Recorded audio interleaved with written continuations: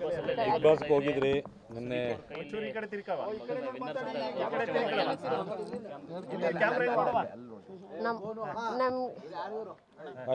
Big boss ಅಲ್ಲಿ ಹೋಗಿದ್ದು ನನ್ನ ಮಗನಿಗೆ ಸುದೀಪ್ ಸರ್ ಕಪ್ ಕೊಟ್ಟಿದ್ದು ಎಲ್ಲ ಖುಷಿ ಆಯಿತು.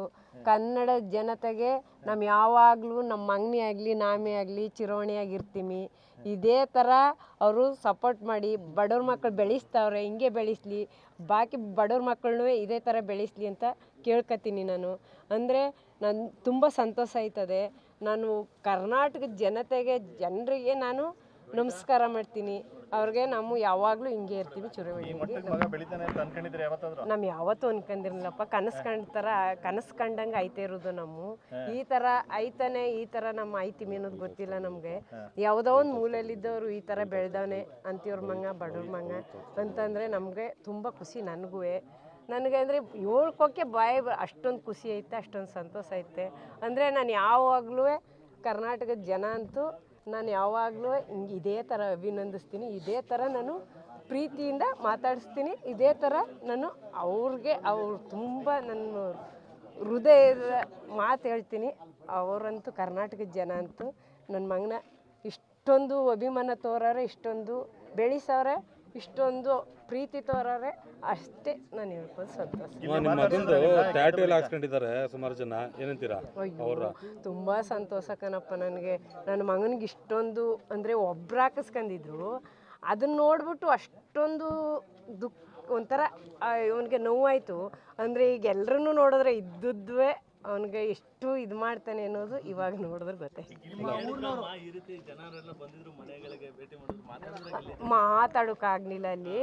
ಅಂದರೆ ಅವ್ರು ಕಪ್ಪು ಕೊಟ್ಟಾಗ ನಾನು ಹೋಗಿ ತಪ್ಕೊಂಡಷ್ಟೇ. ಪುನಃ ಅಲ್ಲಿ ಅಂದರೆ ಅವನ ಅಭಿಮಾನಿಗಳು ಬಿಟ್ಕೊಡ್ನಿಲ್ಲ. ಇನ್ನೂ ನಮ್ಮ ಇದು ಮಾಡಲಿಲ್ಲ. ಅವನೇನಾದರೂ ಅವನು ಮನೆಗೆ ಬಂದು ನನ್ನ ಜೊತೆಲಿ ಮಾತಾಡಿದ್ರೆ ಎಲ್ಲನೂ ಹೇಳ್ಕೊತೀನಿ. ಎಲ್ಲನೂ ಅವನೊಂದಿಗೆ ಹೇಳ್ಕೊಂಡು ಖುಷಿಯಿಂದ ಸಂತೋಷ ಪಡ್ತೀನಿ ಅಷ್ಟೇ.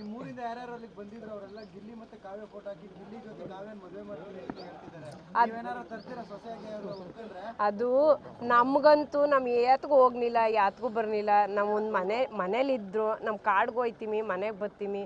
ಅಂದರೆ ಕರ್ನಾಟಕದ ಜನನೇ ಈ ಥರ ಎಲ್ಲ ಮಾಡಿ ಬೆಳೆಸಿ ಅವ್ನು ಈ ಥರ ಅವ್ನಿಗೆ ಏನೇನು ಬೇಕು ಅದನ್ನೆಲ್ಲ ಮಾಡ್ತಾವ್ರೆ. ಅವ್ನಿಗೇನು ಖುಷಿ ಆಯ್ತು ಅದನ್ನೆಲ್ಲನೂ ಅವ್ನು ಪೂರೈಸ್ತವ್ರೆ.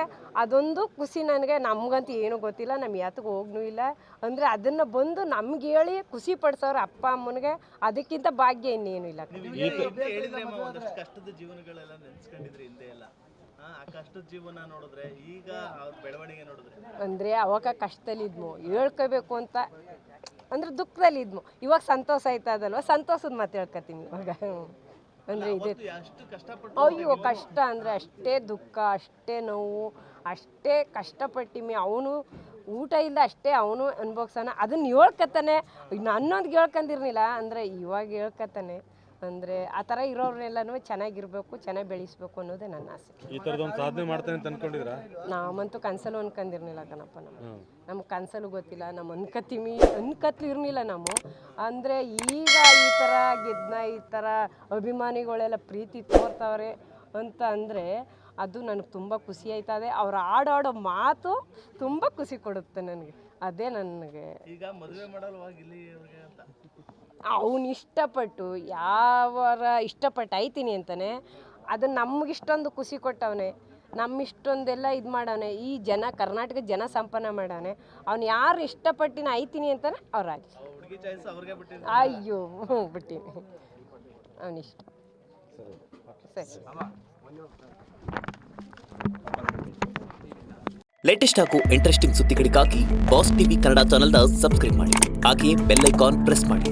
ಇದರ ಜೊತೆಗೆ ಫೇಸ್ಬುಕ್, ಇನ್ಸ್ಟಾಗ್ರಾಮ್, ಎಕ್ಸ್ನಲ್ಲೂ ಮಿಸ್ ಮಾಡದೆ ಫಾಲೋ ಮಾಡಿ.